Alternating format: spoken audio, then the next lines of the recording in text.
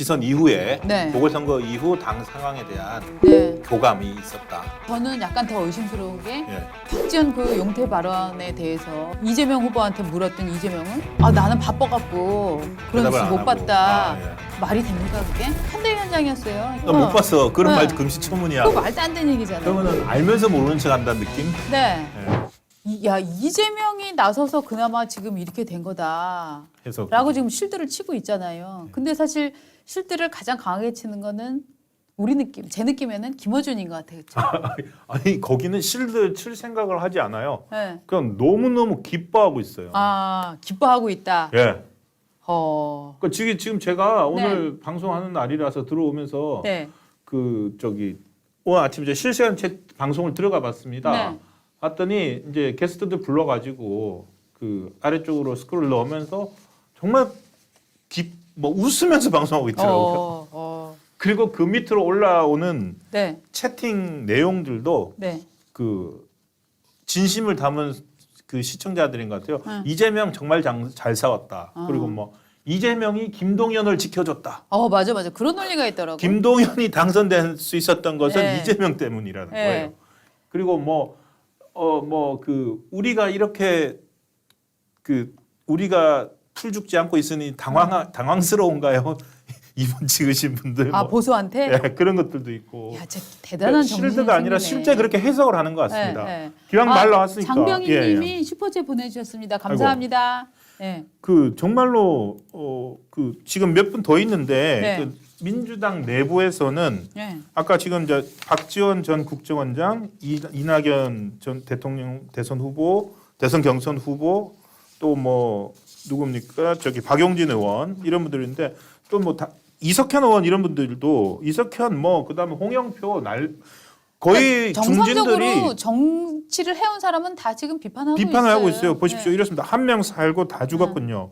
험난한 역사 속에 부대끼며 생존을 해온 이분들이 민주당을 생각합니다. 민주당 70년을 돌아봅니다.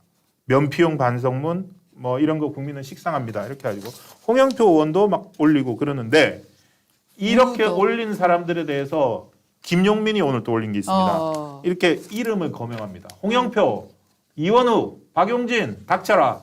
이재명 발톱 때만도 못한 인간들. 이런 식으로 다시 들어가는 거예요. 그러니까 이 정서가 그러니까 정말로 저 양반들은 이재명 때문에 이만큼이라도 했다라는 사람들이 있고 그럼 저거는 나중에 이재명이 당권을 잡는 논리가 될 겁니다. 맞아요.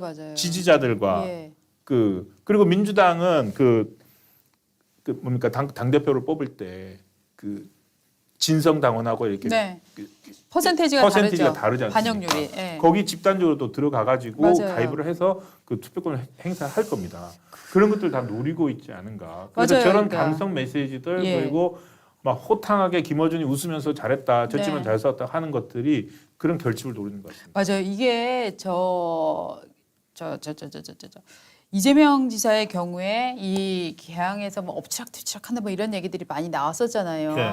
근데 실제로는 이 여론조사 기자들이나 전문가들이 이재명 후보가 확실한 그래도 어느 정도 몇 퍼센트 포인트 차로 이길 것이다라고 예상을 했었고 네. 실제로 지금 개표를 완료해 보니까 8%, 9% 거의 10% 차이 52대 났죠. 45 뭐 이렇게 네, 54였죠, 54. 예. 9% 정도 가까이. 차이 났죠. 예. 생각보다 굉장히 많은 차이로 이기게 된 거는 실제로 고지역 유권자들이 이 얘기를 할 때 좀 응답을 할 때 자기를 숨기는 거죠.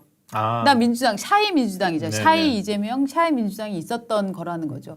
그러니까 그 지역에 샤이 이재명, 샤이 민주당이 있다는 것들은 거의 정치를 하시는 분들 사이에서는 다 알고 있었던 얘기이기 때문에 네.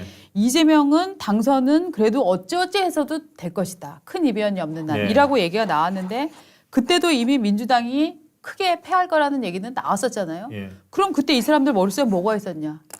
이후의 행보. 그렇죠. 당권을 누가 가져가냐 예, 이거잖아요. 그거라고. 저는 뭐 모르겠습니다. 억측인지는 모르겠습니다만 저는 박지원 뭐 오늘 이제 지도부 총사퇴를 발표를 예. 하기는 했는데 윤호중 비대위원장이랑 박지원 위원장이랑 저 사퇴하겠다고는 했지만 저는 그 박지원 씨가 586 용태론 586 저 물러나야 된다 이 얘기가 나올 때 예. 저는 솔직히 말하면 아니 이재명과 송영길을 공천하고 나서 갑자기 586들이 물러나야 된다? 그 얘기는 뭡니까? 우리가 지지하는 이 여성들 20대 여성들이 지지하는 이재명과 송영길을 빼고 나머지 노파나 문파들은 나가야 된다.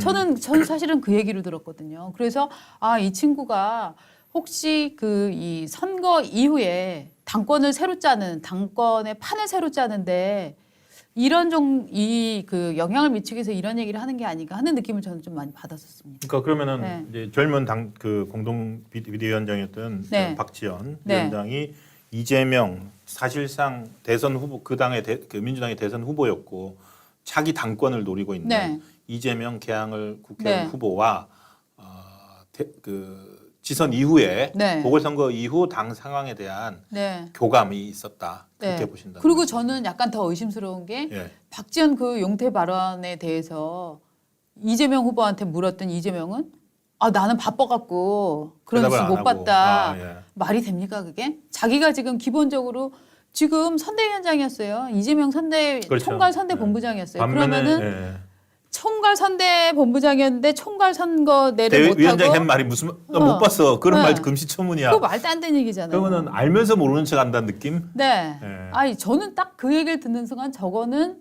사실이 아니다. 아. 라는 느낌이 굉장히 강하게 와닿았거든요. 한편으로는 이제 그렇다면은 일종의 뭐 박지원 아바타?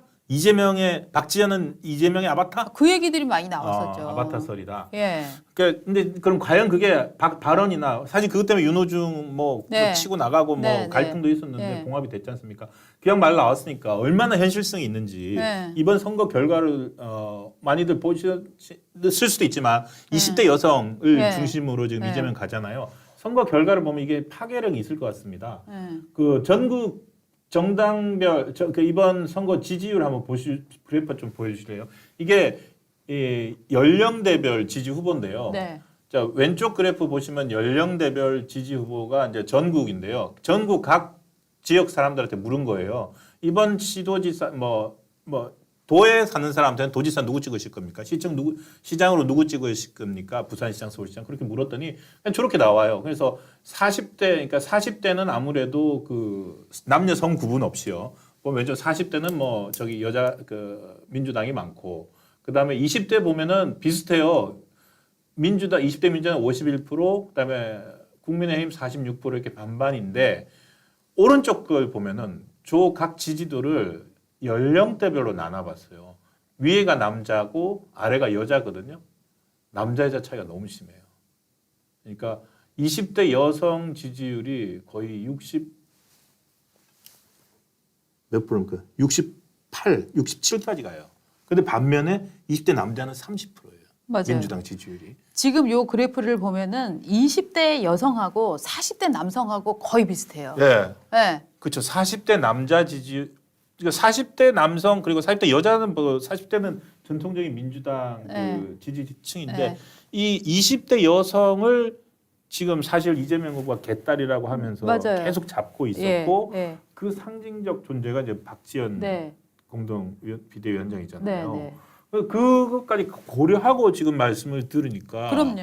상당히 당권을 확보하는 데는 네. 쉽고 그렇다면 쳐내야 될 존재는 586들이고. 그렇죠. 저는 이걸 딱 보면서 굉장히 재밌었던 게 회사로 치면은 40대 부장님하고 20대 여직원하고 정치 성향이 딱 맞는 거야. 사장 우리가 만들 거야. 네. 이런 거네요. 네. 우리 회사가 저런가.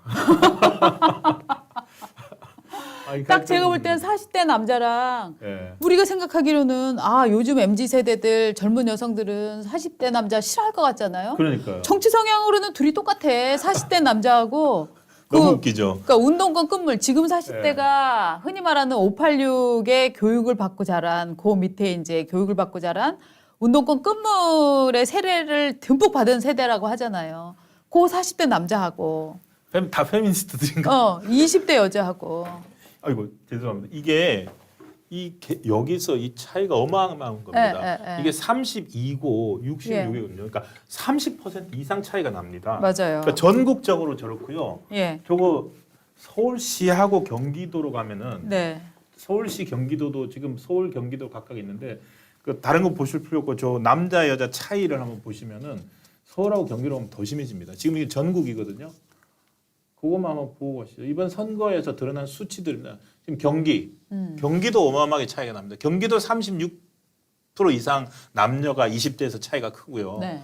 30대에서도 남녀 차이가 큽니다. 네. 그러니까 민주당이 20, 30대 여성을 상당히 많이 잡고 있다고 아유, 재밌네. 거기에 40대까지 잡고 네. 있어요. 서울도 있어요. 서울도? 네, 서울도 있습니다. 네. 서울을 보시면은 서울도 이 차이가 와. 어마어마하게 큽니다 지금. 이 그래프 차이 보세요. 이거. 이게 20대 남자의 민주당 지지율은 24%입니다. 24%. 네. 근데 20대 여자의 민주당 지지율은 67%예요. 대박. 그러니까 이게 남녀 구분 없는 게 아니라 남녀를 구분해서 지지율을 봤더니 여기서부터 여기까지가 격차입니다. 네. 이게 그 전에 박영선 후보 때 같은 경우에는 차이가 났지만 남자도 한 40%까지 올라왔어요. 네. 그러니까 이게 요렇게 좁았어요. 좁았는데 네, 네. 요 정도 여자는 요 정도 내려오고 남자는 요렇게 갔는데 네. 이번 선거에서 이렇게 벌어진 거죠. 그러면은 저 숫자를 보면은요. 네. 개딸들을 이렇게 개딸의 지지를 얻고 있는 이재명 후보의 그 당내 그 목소리 네. 발언권은 네. 어마어마하게 클 것 같아요. 그렇죠. 그렇죠. 그리고 왜냐하면 당대표를 뽑을 때 무슨 뭐 20대가 몇 프로 반영하고 여론조사가 아니거든. 20대가 그렇죠. 확 들어가서 찍어주면 그게 들어치면 되는 되죠. 거거든요. 네, 예. 근데 이제 당대표가 왜 중요하냐면은 2024년 4월에 그렇죠. 총선이 있잖아요. 그 총선에 국회의원을 당대표가 공천권을 행사를 해서 자기 사람을 많이 심어주면 우리 남국이 이런 분들 용민이 네. 이런 분들 다시 공천 줘서 국회의원 만들고 나면 그러면은 대선에 네. 사실 5년 대선이 이제 5년 후잖아요. 네. 5년 후까지 이재명이라는 사람의 가치가 살아 있을까요? 사실은 사법 리스크가 엄청 크기 때문에 그쵸. 살아있기가 굉장히 힘들단 말이죠. 그러면 지킬 건 뭐냐? 당내에서 떠오르는 신예를 총으로 쏴 죽이고 구세력을 온건히 데리고 갈 수 있는 힘은 당내 지지 기반이잖아요. 그렇죠. 예. 저는 그렇기 때문에 이 당대표를 놓지 않을 거고 어떻게든 쥐어내려고 할 거고. 만약에 네. 야당의 대표가 된다면 네. 수사 쉽게 못 할 겁니다. 그렇죠. 야당 대표가 네. 되면요. 예. 이상직 의원만 해도요. 네. 우리 아시습니까? 자기 운영하는 항공사에서 네. 수백억 뭐 문제들이 있는데도 국회의원 신분이고 네. 뭐 대통령의 측근이다 뭐 도대체 왜 그런지 모르겠는데 어쨌든 네. 그런 것만으로 질질 끌었지 않습니까? 맞아요. 예. 그렇게 그래서 가다가 왔는데 예. 그런데 이제 사실 이상직 예. 누가 알았습니까? 그렇죠. 이상직 지명도는 진짜로 그 양반이 국회의원이라는 거를 사건이 불거지고 나서 알았지. 그때 다 사람들이 이상직이 누구야 하고 찾아봤잖아요. 그렇습니다. 근데 지금 이재명 의원 같은 경우는 완전히 다른 얘기죠. 그렇죠. 예. 그리고 또 아니 그 멘탈이 강하잖아요. 금강불개. 윤석열 당시 후보를 향해서 당신이 대장동의 주범입니다라고 그렇습니다. 말할 수 있는 그 정신력. 네.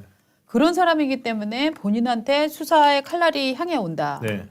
자기 무슨 뭐 체포 동의안이 올라오게 생겼다라고 했을 때 어떤 일을 벌일지는 정말 뭐 드라마틱하겠죠. 또 이제 네. 저희가 오늘 제목으로 썼습니다만 이재명 나 혼자 산다, 한동훈 나 혼자 벤다. 네. 근데 그런 수싸움, 네. 검찰 수사기관과 네. 그러니까 정치적으로 어떻게든지 자기에 대한 수사와 이런 걸 정치적으로 막을 수밖에 없는 맞아요. 이재명 예. 이제 의원 당선 의원과 예. 그리고 뭐 당 대표가 될 수도 있다면은 그다음에 현 정부의 어떤 한동훈 법무부 장관은 네. 또 그걸 우회하기 위해서 네. 정말 치열한 수싸움을 네. 벌일 텐데요. 참 재밌게 지켜보면 돼요. 왜냐하면 결국 있잖아요. 왜냐하면 또 이재명 의원 같은 경우는 수사가 지금 한두 가지가 걸린 게 아니기 때문에 네.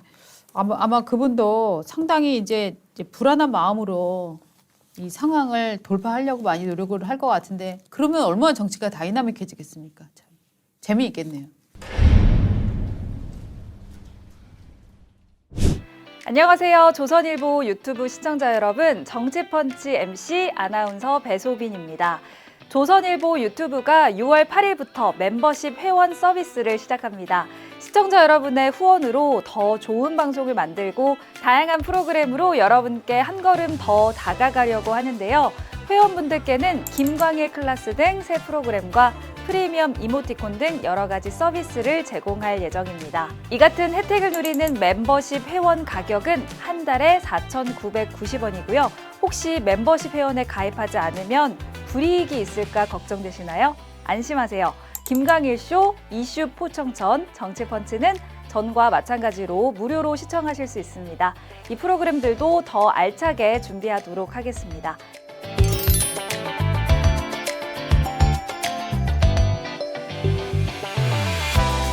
사랑하는 시청자 여러분, 조선일보 유튜브 출연진과 제작진은 앞으로도 시청자 여러분들을 위해서 항상 최선을 다하겠습니다.